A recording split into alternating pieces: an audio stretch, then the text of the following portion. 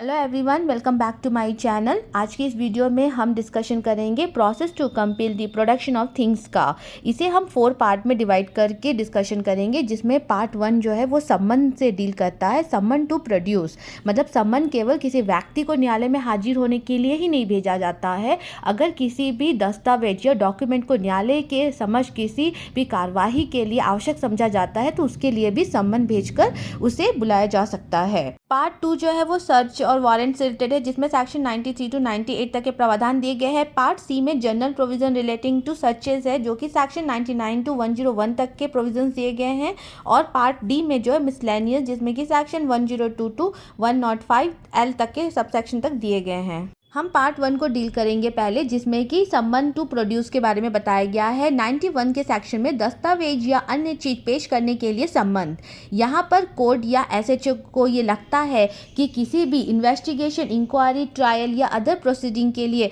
किसी भी प्रकार के डॉक्यूमेंट्स या फिर किसी थिंग की आवश्यकता है कोर्ट को, तो वो क्या करेगी, जो कोर्ट है वो सम्मन इशू करेगी और जो अधिकारी वो एक लिखित आदेश देगा उस व्यक्ति को, जिसे कि वो डॉक्यूमेंट और थिंग्स लेकर न्यायालय में एक निश्चित समय और निश्चित स्थान पर हाजिर होना है। इसमें सबसेक्शन 2 के अंतर्गत, जिसके अंतर्गत कोर्ट ने या फिर अधिकारी ने जिस व्यक्ति को सम्मन या आदेश इशू किया है, अगर वह व्यक्ति उस समय या स्थान पर खुद हाजिर नहीं हो पाता है, लेकिन उसने उस दस्तावेज और डॉक्यूमेंट को उस कोर्ट में सही समय पर प्रस्तुत कर दिया है, तो ऐसे में समझा जाएगा कि जो भी सम्मन उसे इशू किया गया था या आदेश उसे दिया गया था उसका पालन हो चुका है। नेक्स्ट है सबसेक्शन 3। इसके अंतर्गत जो इंडियन एविडेंस एक्ट 1872 के सेक्शन 123 और 124 तक के जो भी डॉक्यूमेंट है वो इंडियन एविडेंस एक्ट 1891 तक में इसमें किसी प्रकार का प्रभाव नहीं डालेगी। मतलब 123 सेक्शंस के अंतर्गत क्या बोला गया, स्टेट अफेयर्स रिलेटेड कोई भी कॉन्फिडेंशियल का अगर डॉक्यूमेंट है, और 124 में क्या कहा है, जो भी कि अनपब्लिक कम्युनिकेशन, जो भी कॉन्फिडेंशियल कम्युनिकेशन रिलेटेड बैंकर्स के साथ में है, अगर वहाँ पर किसी प्रकार का सम्मन या आदेश इशू किया गया वो प्रभाव नहीं डालेगा। साथ ही इसके पार्ट बी में ये बोलता है कि किसी प्रकार का पोस्टल या टेलीग्राफ अथॉरिटी के अंदर में किसी भी प्रकार का लेटर, पोस्ट कार्ड, टेलीग्राम्स या कोई भी अदर डॉक्यूमेंट, दस्तावेज है, तब भी अगर किसी प्रकार का सम्मन या आदेश इशू किया गया है तो वो भी इस पर कोई प्रभाव नहीं डालेगी। एक्शन 92 पत्रों और तारों के संबंध में प्रक्रिया। यदि किसी इन्वेस्टिगेशन, इंक्वायरी, ट्रायल और अदर प्रोसीडिंग के लिए किसी डॉक्यूमेंट या थिंग की आवश्यकता होती है कोर्ट को, लेकिन वो किसी पोस्टल और टेलीग्राफ अथॉरिटी के अंदर में है, तो ऐसे में वहाँ का district magistrate, chief judicial magistrate, court of session और हाई कोर्ट उस पोस्टल या टेलीग्राफ अथॉरिटी को यह निर्देश जारी करता है कि वह थिंग्स और जो डॉक्यूमेंट है उस व्यक्ति को हस्तांतरित कर दिया जाए जिस व्यक्ति का नाम उसने उस पत्र में मेंशन किया है। नेक्स्ट है इसका सबसेक्शन 2। इसके अंतर्गत में कहा जाता है कि जब भी executive magistrate, judicial magistrate, police commissioner या पुलिस सुप्रिटेंडेंट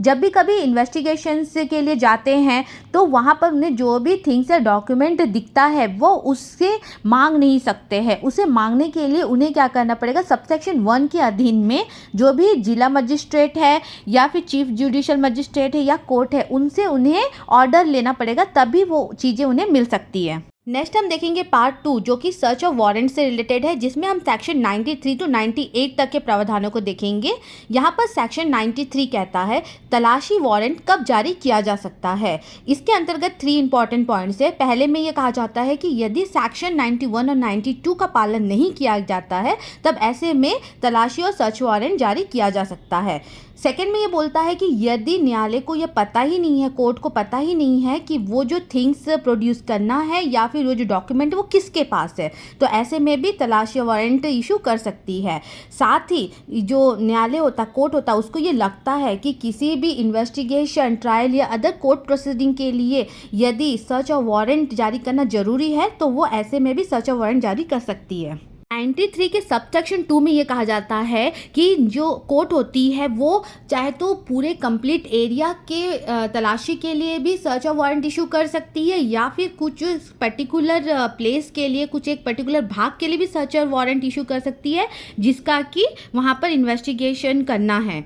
साथ ही 93 के सबसेक्शन 3 में जो सर्च और वारंट होता है वो केवल जो है डिस्ट्रिक्ट मजिस्ट्रेट और चीफ जुडिशियल मजिस्ट्रेट ही इशू कर सकता है, किसी भी ऑर्डिनरी मजिस्ट्रेट को इशू करने की वहाँ अनुमति नहीं दी गई। नेक्स्ट है सेक्शन 94, उस स्थान की तलाशी जिसमें चुराई हुई संपत्ति, कुट रचित दस्तावेज आदि होने का संदेह है। सेक्शन 94 में सर्च और वारंट इशू किया जाता है DM SDM first class magistrate के द्वारा, और ये जो सर्च और वारंट इशू किया जाएगा ये कांस्टेबल के जो पद है उससे जो ऊपर का पुलिस अधिकारी है वो जाएगा उस जगह की तलाशी करने के लिए जहां पर चुराई हुई संपत्ति या कुट रचित दस्तावेज है या कोई आपत्तिजनक वहां पर वस्तुएं अवेलेबल है तो उसकी वह तलाशी करेगा। साथ ही अधिकारी जब उस जगह की तलाशी के लिए जाएगा तो उपयुक्त सहायता लेके जाएगा, वारंट में दिए गए निर्देश के अनुसार ही तलाशी करेगा और जो भी चुराई हुई संपत्ति या आपत्तिजनक वस्तुएं उस जगह से मिलती है वो उसे अपने कब्जे में ले लेगा और यह जो अपराधी होता है उसे मजिस्ट्रेट के समक्ष ले जाया जाएगा। इसीलिए उसे सुरक्षित स्थान में और अपने नज़र के सामने में रखना होगा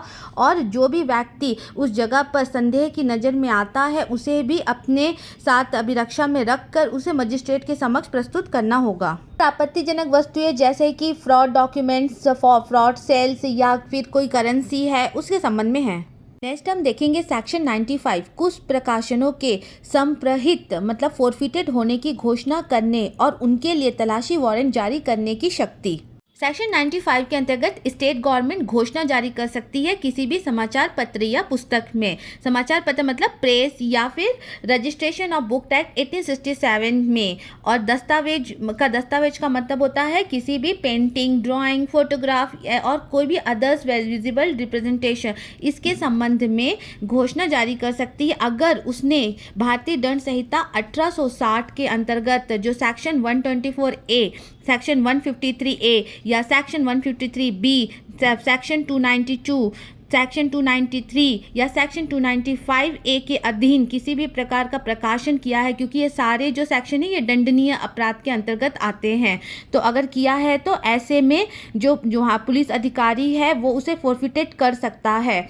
और कोई भी मजिस्ट्रेट और उप निरीक्षक मतलब not below the rank of sub inspector वो उस जगह पर जहां पर उसे संदेह है प्रवेश कर सकता है या तलाशी के लिए वो वारंट जो है वो इशू कर सकता है। 95 के सबसेक्शन 3 में वो व्यक्ति इस आदेश के खिलाफ में यहाँ पर किसी प्रकार की सुनवाई नहीं की जा सकती। अगर सुनवाई होगा तो वो सेक्शन 96 के उपबंधों के अधीन ही होगा। जो 96 हम आगे पढ़ते हैं। नेक्स्ट है सेक्शन 96, संप्रहण की घोषणा और अपास्त करने के लिए उच्च न्यायालय में आवेदन। यहाँ पे सेक्शन 96 में वो व्यक्ति वो जो घोषणा स्टेट गवर्नमेंट में की थी उसके संबंध में उससे वो असंतुष्ट रहता है। वो कह रहा है कि जो भी उसकी समाचार पत्र, पुस्तक या दस्तावेज था जिसको फोरफिटेड कर लिया गया था उसमें वो कोई भी बातें सम्मिलित नहीं थी जो सेक्शन 91 के सबसेक्शन 1 में निर्दिष्ट किया गया है। तो इसके संबंध में वो जो अपील होती है वो हाई कोर्ट में आवेदन कर सकता है, वो भी कब 2 मास के अंदर में। 96 सबसेक्शन 2 के अंतर्गत जो हाई कोर्ट होता है वहाँ पर 3 से अधिक न्यायाधीश होते हैं, इसीलिए इसकी अपील जो होती है वो स्पेशल बेंच के द्वारा सुना जाता है, उस पर निर्णय दिया जाता है।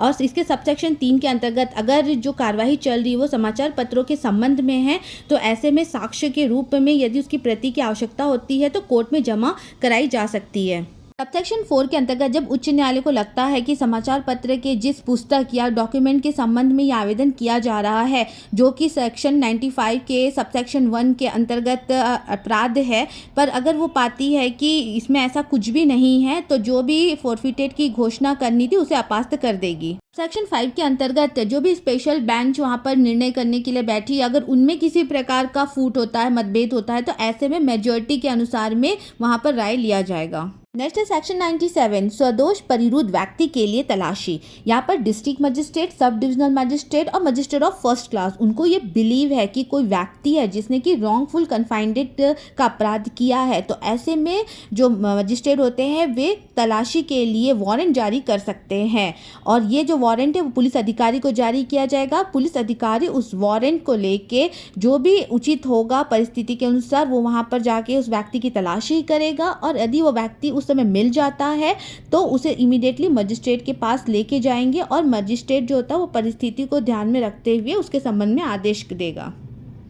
सेक्शन 98 अपराधित स्त्रियों को वापस करने के लिए विवश करने की शक्ति। जो district magistrate, sub divisional magistrate और मजिस्ट्रेट ऑफ फर्स्ट क्लास है, इनको परिवाद के द्वारा मतलब किसी ऐसे व्यक्ति के द्वारा एक विश्वसनीय जानकारी प्राप्त होती है कि कोई स्त्री है या कोई 18 वर्ष से कम ऐसी बालिकाएं हैं जिसे कि अनलॉफुल तरीके मतलब गैर कानूनी तरीके से रखा गया है, तो ऐसे में जो डिस्ट्रिक्ट मजिस्ट्रेट होता है, सब डिविजनल मजिस्ट्रेट और मजिस्ट्रेट ऑफ फर्स्ट क्लास ये आदेश जारी कर सकता है कि तुरंत उस स्त्रियों को उस कब्जे से छुड़ा दिया जाए और उन्हें उनके माता पिता या जो भी उनके संरक्षक है उनके पास उन्हें भेज दिया जाए। और इस आदेश के लिए जो भी मजिस्ट्रेट होते हैं उन्हें जो भी बल का प्रयोग करना पड़ता है वो आवश्यकता के अनुसार कर सकते हैं। नेक्स्ट हम देखते हैं पार्ट सी, तलाशी संबंधी साधारण उपबंध मतलब general provision relating to searches. इसमें हम सेक्शन 99 टू 101 तक के प्रावधानों को देखेंगे। यहाँ पर फर्स्ट सेक्शन 99 क्या बोलता है, तलाशी वारंटों का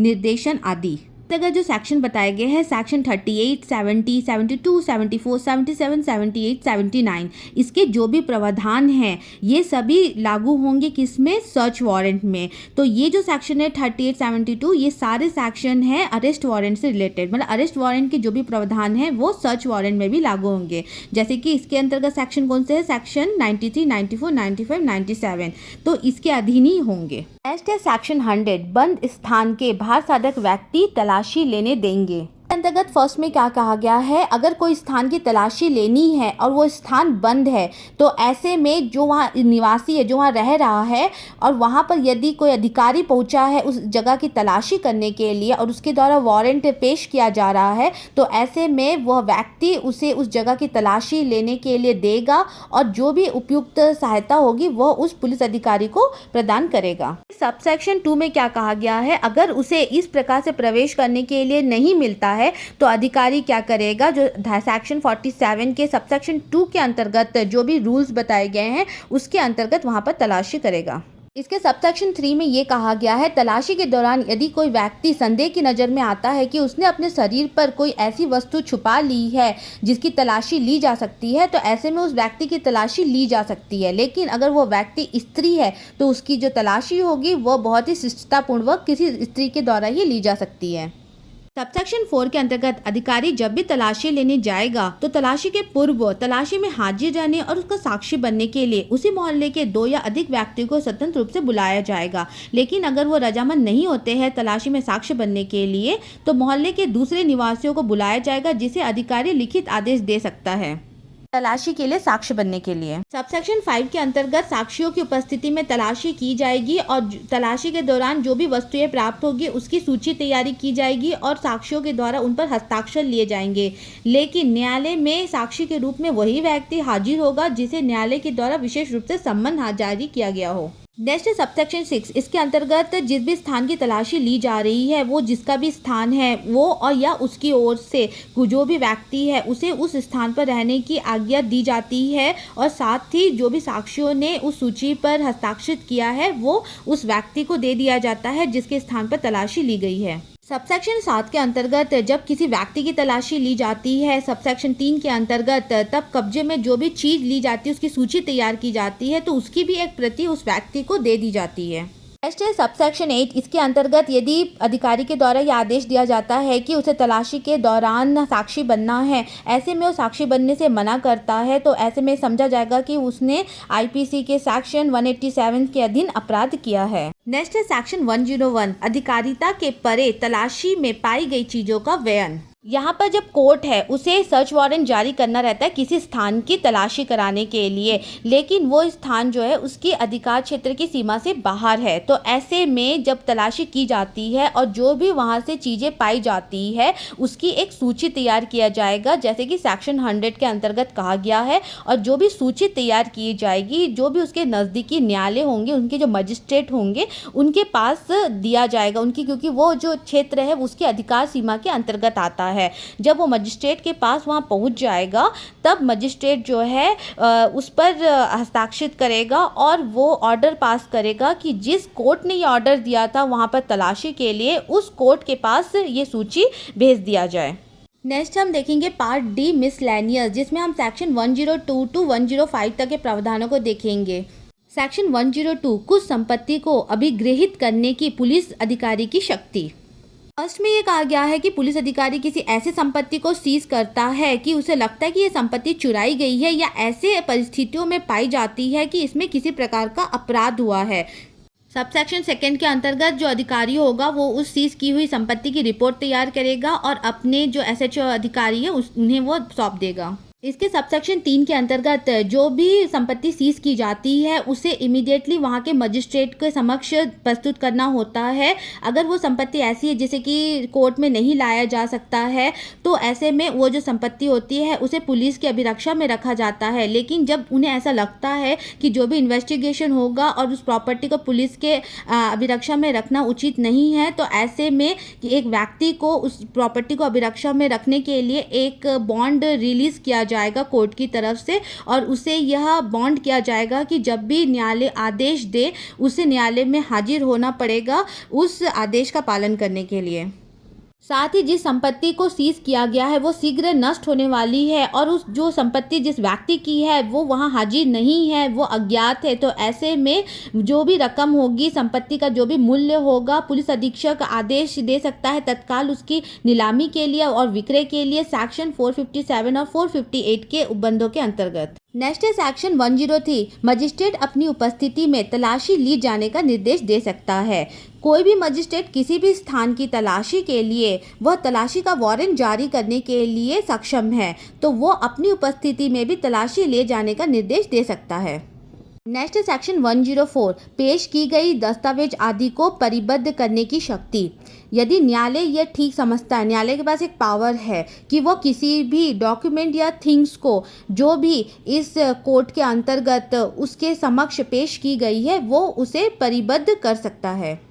नेक्स्ट हम इस वीडियो का लास्ट सेक्शन देखेंगे, सेक्शन 105 आदेशिकाओं के बारे में व्यक्तिकारी व्यवस्था, reciprocal arrangement regarding process. 105 section के अंतर्गत जो उक्त राज्य क्षेत्र को सेट टेरिटरीज कहा गया, मतलब जिन क्षेत्रों में सीआरपीसी लागू होती है उन क्षेत्रों को उक्त राज्य क्षेत्र के नाम से जाना जाता है। इस सेक्शन के अंतर्गत ये बताया गया है कि कोर्ट को यदि सम्मन किसी व्यक्ति को जारी करना है या फिर वारंट एग्जीक्यूट कराना है किसी व्यक्ति को या फिर किसी व्यक्ति से कोई डॉक्यूमेंट या थिंग प्रोड्यूस कराना है कोर्ट में या फिर तलाशी के लिए सर्च वारंट जारी कराना है, लेकिन वो जहाँ इसे ये वारंट भेजना है वो उसके क्षेत्र से बाहर है, जैसे कि वो भारत की सीमा में तो है लेकिन वहाँ पर सीआरपीसी लागू नहीं होती है, तो ऐसे क्षेत्रों में यदि वारंट जारी करना है तो उसके संबंध में उसका कंप्लीट प्रोसेस क्या होगा वो इस सेक्शन के अंतर्गत बताया गया है। इसमें फर्स्ट में कहा गया है, जैसे कि हम जानते हैं जो नागालैंड और जो आदिवासी क्षेत्र होते हैं इन क्षेत्रों में सीआरपीसी लागू नहीं होती है, तो ऐसे में जो सेट टेरिटरीज के जो कोर्ट्स होते हैं वो उनको इन क्षेत्रों में यदि सम्मन या वारंट एग्जीक्यूट कराना रहता है तो ऐसे में वो उस क्षेत्र के जो कोर्ट होते हैं वहाँ के जो प्रिसाइडिंग ऑफिसर्स होते हैं उन्हें डाक के द्वारा भेज देते हैं। अब वहाँ पर जो प्रिसाइडिंग ऑफिसर्स होते हैं वो क्लॉजेस ए और क्लॉजेस सी के अंतर्गत सम्मन को तामील करेंगे और वो क्या करेंगे, वहाँ पर सेक्शन 68 वहाँ पर लागू होता है जिसमें जो सम्मन होता है कोर्ट के द्वारा वहाँ के किसी अधिकारी को दिया जाता है तामील कराने के लिए, उस व्यक्ति को देने के लिए। तो जब वो अधिकारी उस व्यक्ति के पास सम्मन या वारंट एग्जीक्यूट करने के लिए जाता है तो ऐसे में वो एक एफिडेविट उस व्यक्ति को देगा जिसपे वो उसके हस्ताक्षर ले लेगा और उसे मजिस्ट्रेट के समक्ष वो प्रस्तुत करेगा। यहाँ पर सेकंड में कहता है कि जब भारत के बाहर किसी अन्य देशों में कोई सम्मन या वारंट को एग्जीक्यूट कराना है, मतलब भारत का किसी अन्य कंट्री के साथ में किसी प्रकार का संविदा किया गया है जिसे कि कॉन्ट्रैक्टिंग स्टेट बोला गया है और ऐसे में वहाँ उस कंट्री में सम्मन या वारंट की तामील करानी है, तो ऐसे में जो सम्मन जो होता है वो वहाँ के कोर्ट जज या मजिस्ट्रेट को डायरेक्ट किया जाता है और सम्मन की एक डुप्लीकेट कॉपी उन्हें भेजा जाएगा और वो जो वहाँ की जो अथॉरिटी है वो किस प्रकार से उसे ट्रांसमिशन के लिए भेजेगी वो वहाँ के सेंट्रल गवर्नमेंट वहाँ पर बताएगी। अभी तक हमने देखा कि जिस क्षेत्र में सीआरपीसी लागू नहीं होती लेकिन वो भारत के क्षेत्र के अंतर्गत है, तो हम वहाँ पर समन या वारंट एग्जीक्यूट कैसे करा रहे हैं। और उसके बाद हम देखें कि भारत से बाहर किसी अन्य देश को समन या वारंट एग्जीक्यूट कराना है तो वो क्या, उसका प्रोसेस क्या है। अब हम देखेंगे कि हमें ऐसे क्षेत्र से वारंट